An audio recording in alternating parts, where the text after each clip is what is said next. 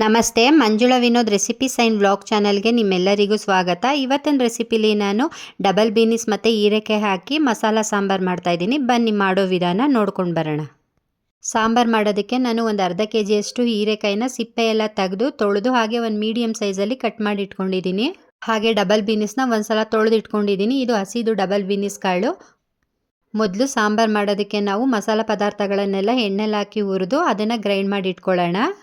First ನಾನು stove ಹಚ್ಚಿ ಒಂದು ಕಡಾಯಿ ಇಟ್ಕೊಂಡಿದ್ದೀನಿ. ಅದಕ್ಕೆ ಸ್ವಲ್ಪ ಕಡಲೆಕಾಯಿ ಎಣ್ಣೆ ಹಾಕ್ಕೊಂಡಿದ್ದೀನಿ. ಎಣ್ಣೆ ಎಲ್ಲ ಬಿಸಿ ಆದಮೇಲೆ ನಾನು ಎರಡು ಈರುಳ್ಳಿನ ಕಟ್ ಮಾಡಿರೋದನ್ನ ಹಾಕ್ಕೊಂಡು ಮೊದಲು ಸ್ವಲ್ಪ ಫ್ರೈ ಮಾಡ್ಕೊಳ್ತೀನಿ. ಅದನ್ನು ಈರುಳ್ಳಿ ಎಲ್ಲ ಸ್ವಲ್ಪ ಫ್ರೈ ಆದಮೇಲೆ ನಾನು 1-2 ಟೊಮೊಟೊ ಹಾಕ್ಕೊಳ್ತಾ ಇದ್ದೀನಿ ಕಟ್ ಮಾಡಿರೋ ಅಂಥದ್ದು. ಹಾಗೆ ಒಂದು 5-6 ಹಸಿಮೆಣ್ಸಿನ್ಕಾಯಿ ಹಾಕ್ಕೊಳ್ತಾ ಇದ್ದೀನಿ.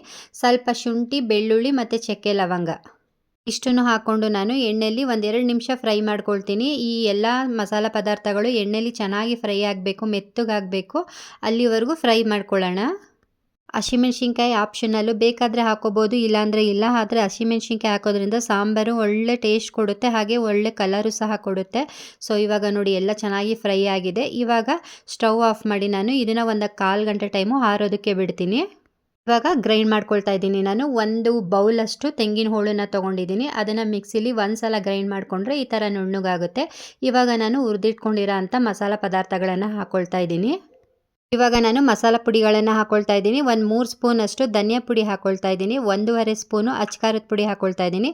1/4 ಟೀ ಸ್ಪೂನಷ್ಟು ಅರಿಶಿನ, ಹಾಗೆ ಸ್ವಲ್ಪ ಕೊತ್ತಂಬರಿ ಸೊಪ್ಪು, ನೀರು ಇಷ್ಟನ್ನು ಹಾಕಿ ನಾನು ಗ್ರೈಂಡ್ ಮಾಡ್ಕೊಳ್ತೀನಿ. ಬೇಕಿದ್ರೆ ಸ್ವಲ್ಪ ಪುದೀನ ಸೊಪ್ಪನ್ನು ಸಹ ಸೇರಿಸ್ಕೋಬೋದು. ನೋಡಿ ಇವಾಗ ಈ ಥರ ನುಣ್ಣಗೆ ಗ್ರೈಂಡ್ ಮಾಡ್ಕೊಂಡಿದ್ದೀನಿ. ಬನ್ನಿ ಇವಾಗ ಸಾಂಬಾರು ಮಾಡೋಣ. ಸಾಂಬಾರು ಮಾಡೋದಕ್ಕೆ ಮೊದಲು ನಾನು ಸ್ಟವ್ ಹಚ್ಚಿ ಒಂದು ಕುಕ್ಕರ್ ಇಟ್ಕೊಂಡಿದ್ದೀನಿ. ನೀವು ಯಾವುದಾದ್ರೂ ಪಾತ್ರೆನೂ ಸಹ ಇಟ್ಕೋಬೋದು. ಸೊ ಪಾತ್ರೆ ಎಲ್ಲ ಸ್ವಲ್ಪ ಬಿಸಿ ಆದಮೇಲೆ ನಾನು ಅದಕ್ಕೆ ಸ್ವಲ್ಪ ಕಡಲೆಕಾಯಿ ಎಣ್ಣೆ ಹಾಕ್ಕೊಂಡಿದ್ದೀನಿ.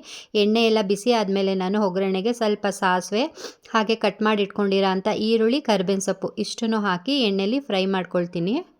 ಈ ಈರುಳ್ಳಿ ಎಲ್ಲ ಸ್ವಲ್ಪ ಕಂದು ಬಣ್ಣ ಬರಬೇಕು, ಅಲ್ಲಿವರೆಗೂ ಚೆನ್ನಾಗಿ ಫ್ರೈ ಮಾಡ್ಕೊಳ್ಳೋಣ. ಇವಾಗ ನಾನು ಕಾಳನ್ನು ಹಾಕ್ಕೊಳ್ತಾ ಇದ್ದೀನಿ, ಡಬಲ್ ಬೀನೀಸ್ ಕಾಳನ್ನು ಹಾಕ್ಕೊಂಡ್ಮೇಲೆ ಅದನ್ನು ಅಷ್ಟೇ ಚೆನ್ನಾಗಿ ಫ್ರೈ ಮಾಡ್ಕೊಳ್ಳೋಣ. ಒಂದು 5 ಸೆಕೆಂಡ್ ಫ್ರೈ ಮಾಡಿಕೊಂಡ್ರೆ ಸಾಕು ಕಾಳನ್ನು.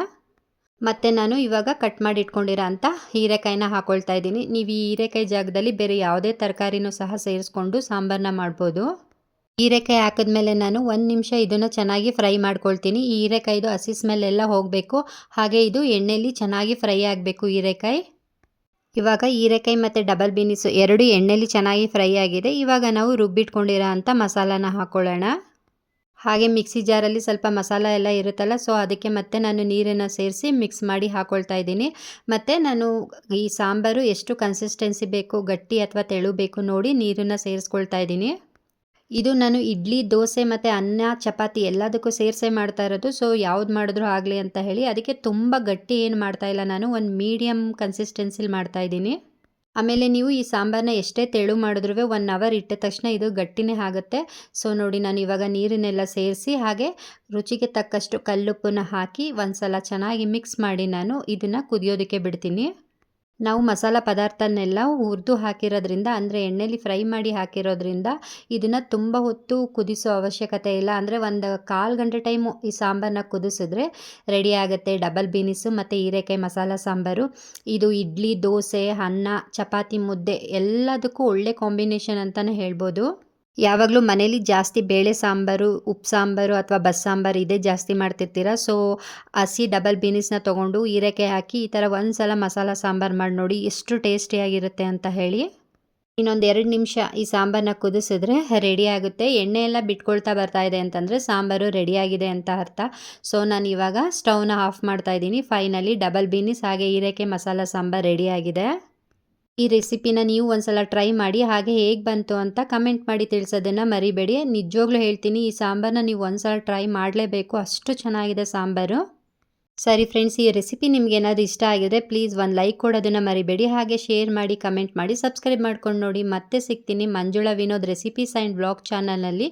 ಬಾಯ್.